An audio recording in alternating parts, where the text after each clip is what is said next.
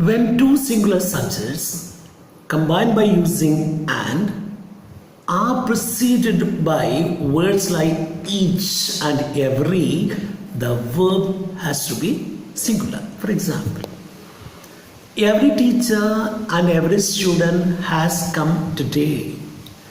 Every boy and every girl has done well in the exam. Each pen and each pencil is kept on the table. So in all these sentences, I am using a singular verb. But if I leave out each and every, the verbs have to be plural. For example, a teacher and a student are here or have come today. A boy and a girl have done well. A pencil and a pen are kept on the table.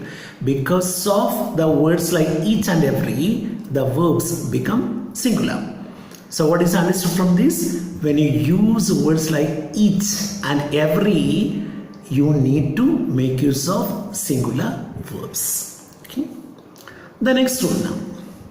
When two subjects, singular subjects, combined by using and, refer to the same person, one person, then the verb has to be singular.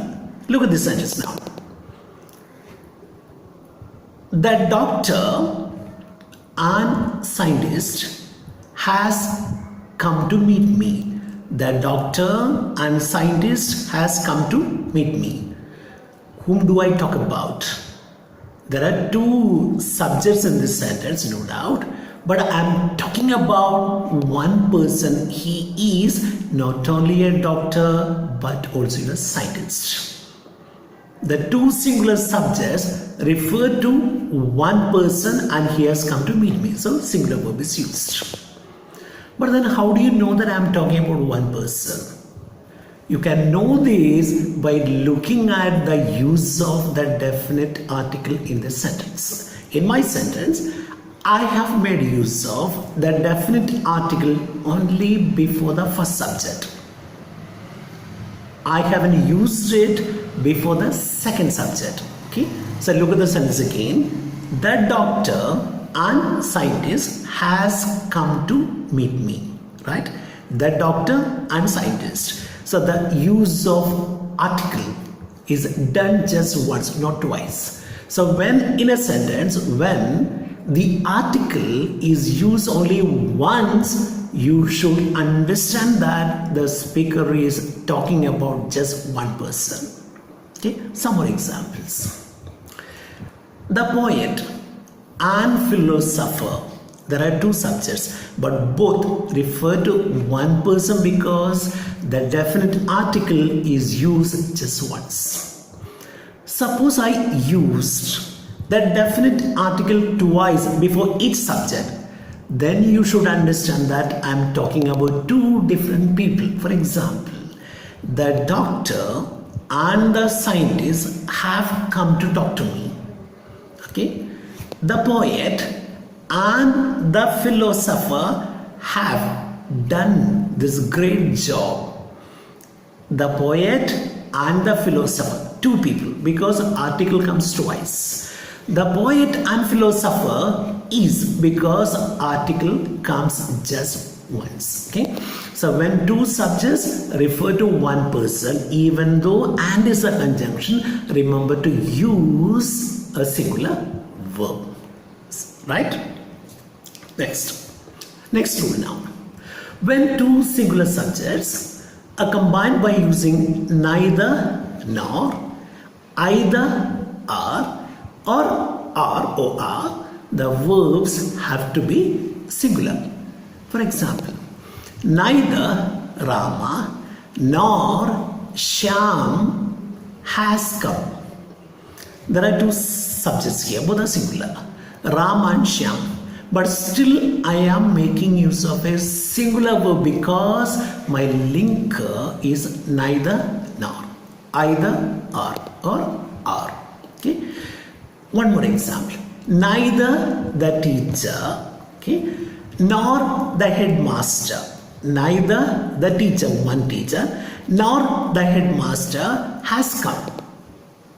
There are two subjects, but because of neither nor or either or, the verb becomes singular. Okay. Third linker, are. John or Peter is intelligent. John or Peter has done the work. So there are three linkers here. Number one, neither nor. Second one, either or. Third one, are. All these linkers can make the subjects singular. Okay. Then you need to make use of singular verbs. But there are two exceptions to this rule.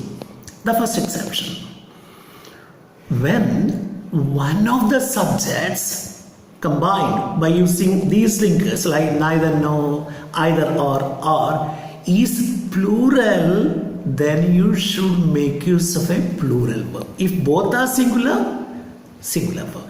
If one of them is plural, a plural verb has to be used. For example, the principal and the lecturers have come. Okay. Here, first subject is singular. The principal is singular. Teacher, lecturer is plural. So singular plus a plural. So naturally, the verb has to be plural. The headmaster. Neither the headmaster nor the teachers have come, plural, because the headmaster is singular. Teachers, plural. So clear? So when one of the subjects is plural, a plural verb has to be used.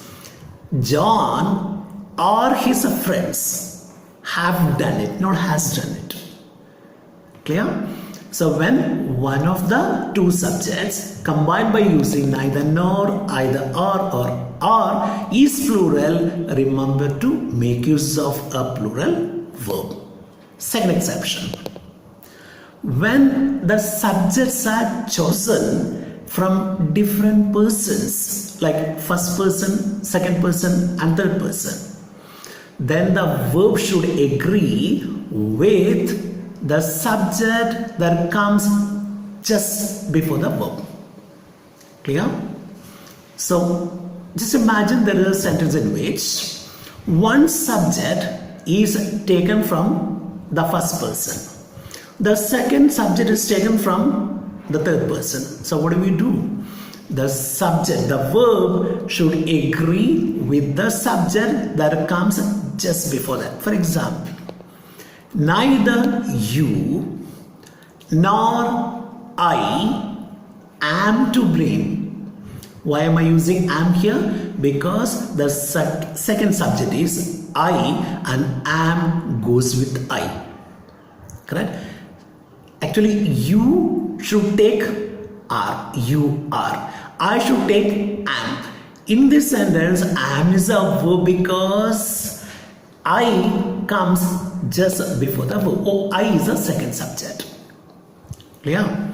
So when you have got subjects chosen from, selected from different persons, the verb should agree with the subject that comes just before that.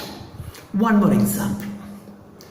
Neither he nor I have done the mistake. Neither he nor I have made the mistake. Why am I using have here? Because have should go with I.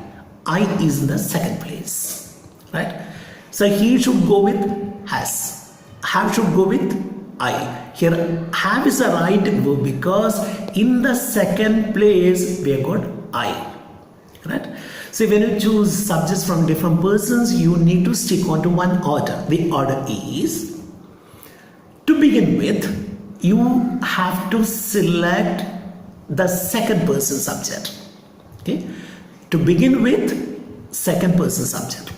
Next, you should go to the third person. At last, if you have got three subjects, in the first place, second person subject, second place, third person subject, and in the third position, you should mention the speaker. Example, you, he, and I.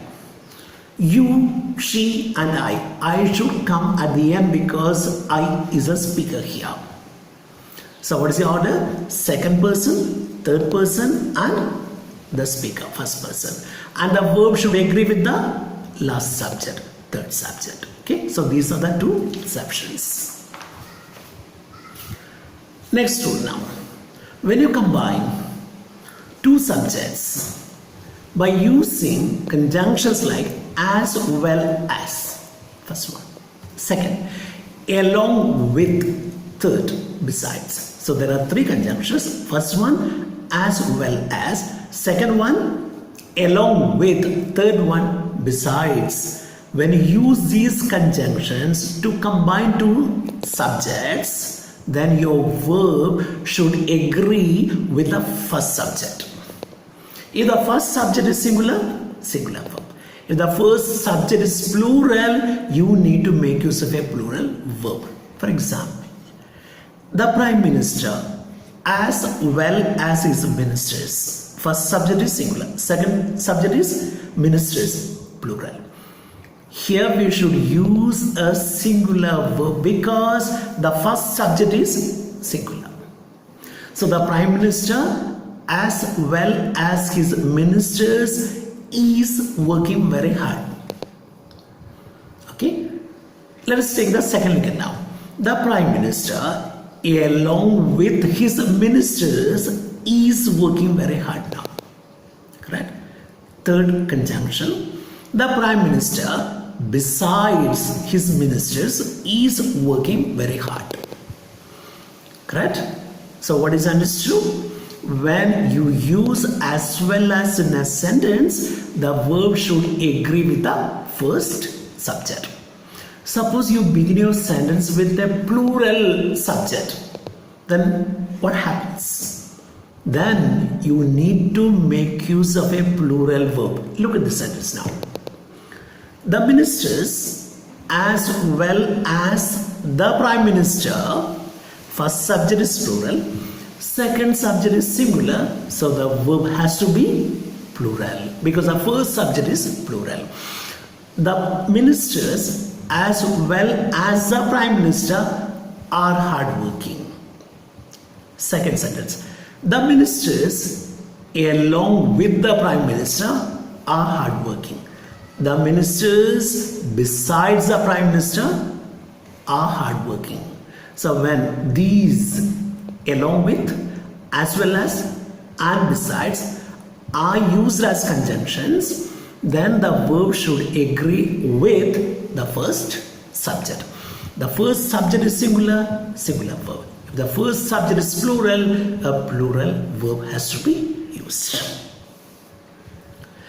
Now the next one. So in English, we have something called dummy subject. What is a dummy subject? Dummy subject is something which pretends to be a subject. It's not a real subject, acting subject. For example, here H-E-R-E and there T-H-E-R-E. Here and there. These are called dummy subjects. Listen to some examples. There is a cat on the table. Look at my verb. What's my verb? Is. Why am I using is here? Because a cat is singular. Right? Second example. There are 40 students in my class. There are 40 students in my class. Why am I using are here? Because 40 students is plural. So when there is a dummy subject, you should make your verb agree with the real subject, not the dummy subject. Okay? A dummy subject has to be ignored. Don't look at it. Look at the real subject. In the first sentence, there is a cat on the table. What is the real subject here? A cat. Cat is singular. Look at the second sentence. What is the real subject here? There are 40 students in the class. 40 students. So if the real subject is singular, singular verb. The real subject is plural, plural verb has to be used. So let us take sentence with here. Here is a book, right? Just like there. Here is a book. I am using is because a book is singular. Here are some pens on the table. Here are some pens on the table. I'm using are because pens. That is a plural subject. Here comes the bus. I'm using comes here because the bus is singular. Here come the students. The students is plural, so come is used. So when there is a dummy subject, ignore that, look at the real subject and make your verb agree with the real subject. Now the next one.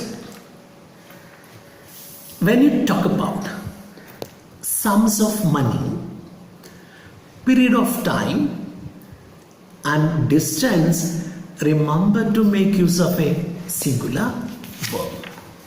For example, 1,000 rupees is a good sum. It's a good amount. 1,000 rupees is a good amount. So when I say 1,000, I don't think about the individual notes which are kept on the table. Together, it is a unit. 1,000 rupees or 10,000 rupees or 500 rupees. Okay, it's a unit. So my verb has to be singular. But instead, if I am looking at 100 rupee notes which make 1,000, then my verb should be plural. Okay, so 1,000 rupees is a good amount. Suppose I have got 10 people around me. I'm giving 100 rupee each to all these 10 people. So what am I doing here? 100 rupees are distributed among the 10 people. Okay. So here I'm talking about the notes, individual bills. So when I look at it as a unit, I need to use a singular verb. Otherwise, plural. Similarly, 60 years is the age of retirement. 60 years is the age of retirement. So when I say 60 years, I don't think about days or weeks or months, together as a unit. So singular verb is used. 10 kilometers is too far to walk. 10 kilometers. So when I say 10 kilometers or when you say 10 kilometers, do you think about the meters here? No. Together to constitute a unit, so it has to take a singular verb. Next one now. So we have got some collective nouns in English. These collective nouns can either take a singular verb or a plural verb depending upon the meaning of the sentences. For example, look at the word committee. A committee is a unit, isn't it? It's a unit. But then the committee is made up of so many members. There can be 5 members in a committee or 100 members can be there in a committee. So when I think about the committee as one unit, I should use a singular verb. If I consider every member of the committee, then my verb has to be plural. For example, the committee has taken a decision. Here I am using singular verb because the committee is seen as one unit. Okay.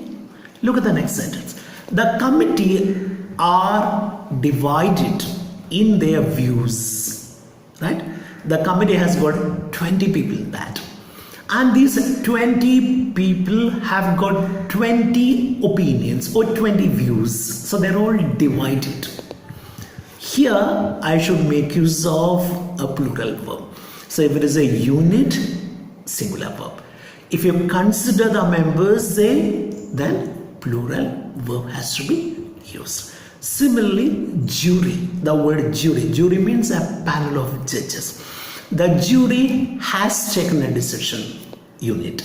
The jury are divided. Individual judges are considered. Okay, so when there is a collective noun, you can use either a singular verb or a plural verb depending upon the meaning of the sentence. Now the next one. In English, we have got some words which end with the letter S. For example, mathematics, okay, physics, civics, politics, news. Okay. Are these singular subjects or plural subjects? These look like plural subjects because of the letter S, but these are actually singular subjects. The S that these words have got is not added. It's a part and parcel of these words. Okay, so these are not plural subjects, these are singular, so you need to make use of singular verbs here. For example, mathematics is an interesting subject. You can't say mathematics are an interesting subject. Politics is a dirty game. Even though we have got a S here, we don't use a plural verb. Politics is a dirty game. News comes very fast. News comes very fast. So the word news is singular. You just try to remove S from the word. What will happen? You will get new. New, the meaning gets lost. It's a different word. Okay. So even though you have got S with these subjects, these are not plural, these are singular. So I have touched upon all the rules which govern Concord. I hope you have understood the meaning of Concord now.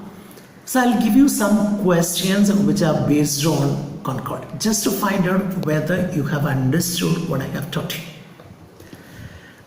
I am reading out the questions from the question bank that is given to you. I hope you have got it with you. Look at the very first question. One of the children dash caught malaria. Read the sentence. One of the children dash caught malaria. Within brackets you have got has / have. Which is the right answer here? One of the children dash caught malaria. Is it has or have? The answer is has. What is the reason? Because my sentence begins with one and one is a real subject. It is singular. So one of the children has got malaria. Second question there. Each of my sisters dash her own room. Each of my sisters.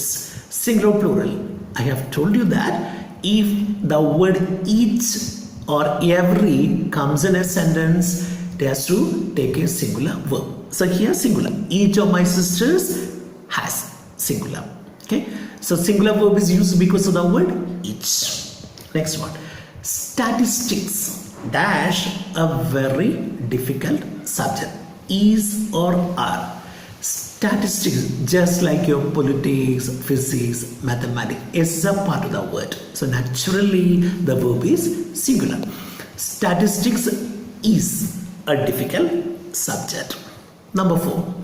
Bread and butter dash my usual breakfast. Bread and butter. I have already told you that bread and butter express one idea. Even though there are two singular subjects here, they indicate, express one idea. Therefore, that should take a singular verb. So bread and butter is my usual breakfast. Next, everyone dash to take the rest. Everyone dash to take the rest. Within brackets, has / have, which is the right answer. Everyone. So every can make a subject singular. So singular verb has to be used here. Everyone has to take the rest. Number 6. Neither Pratap nor his sister, one sister, neither Pratap nor his sister dash here within brackets was / were. Singular plural. Neither Pratap nor his sister dash here was or were. Definitely singular verb has to be used because two singular subjects are combined by using neither nor. Both are singular, so singular verb. Neither Pratap nor his sister was here. Singular verb. Next. Neither Jack nor his brothers dash here. Neither Jack nor his brothers dash here. Within brackets are / is. So look at the sentence again. In this sentence, the first subject is singular. Pratap is singular. But second subject, his brothers, is plural. So you may remember that. If one of the two subjects combined by using either nor, either or is plural, then the verb has to be plural. So neither Jack nor his brothers are here. Plural subject has to be used. Next. 10,000 rupees a month dash a good income. 10,000 rupees dash a good income is or are. 10,000 rupees is a unit noun. So singular verb has to be used. 10,000 rupees a month is a good income. Next. 10,000 rupees dash distributed among so many people was singular, were plural, which is the right answer here. 10,000 rupees dash distributed. So there are so many. You think about the individual notes here, right? So it should take a plural verb. 10,000 rupees were distributed. It's not a unit. Next. The great composer and singer.